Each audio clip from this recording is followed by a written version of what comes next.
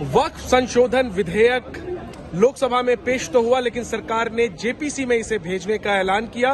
मेरे साथ इमरान प्रतापगढ़ी हैं, कांग्रेस पार्टी के राज्यसभा से सांसद और कांग्रेस माइनॉरिटी डिपार्टमेंट के चेयरमैन। कैसे देखते हैं इस घटनाक्रम को? देखिए, भाजपा सरकार का चुनावी फायदे के लिए लाया गया एक और सांप्रदायिक एजेंडा लोकसभा में धराशायी हो गया, और वो हुआ है मजबूत विपक्ष की वजह से।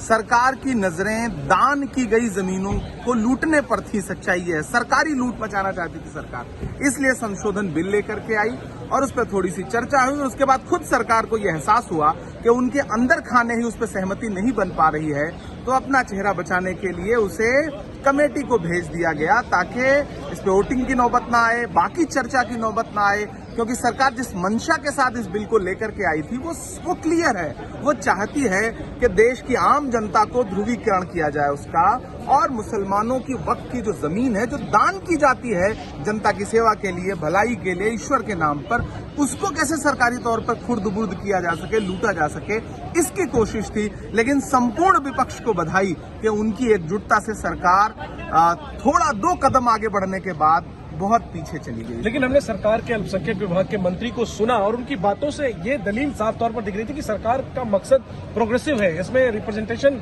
उन वर्गों को देने की बात है जिनको वैसे अभी वक्फ बोर्ड्स में रिप्रेजेंटेशन नहीं है। तो सरकार तो ये दलील दे रही है कि ये सुधारवादी कदम है। कहती कुछ है, करती कुछ है।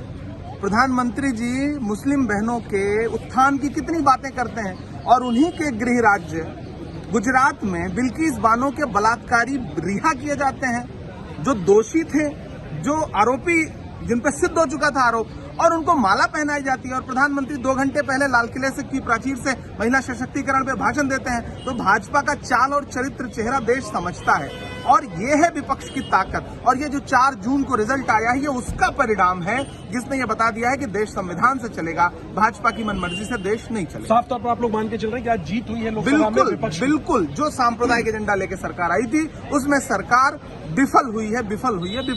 ठीक है, तो इमरान प्रतापगढ़ी साफ तौर पर कह रहे हैं कि सरकार का जो मकसद था वो नाकाम रहा लोकसभा में, जिस तरह से वक्फ संशोधन विधेयक जेपीसी में सरकार को भेजना पड़ा। Jainendra Kumar, ABP news, Delhi. For exclusive and insightful videos, subscribe to our new channel ABP Live Premium.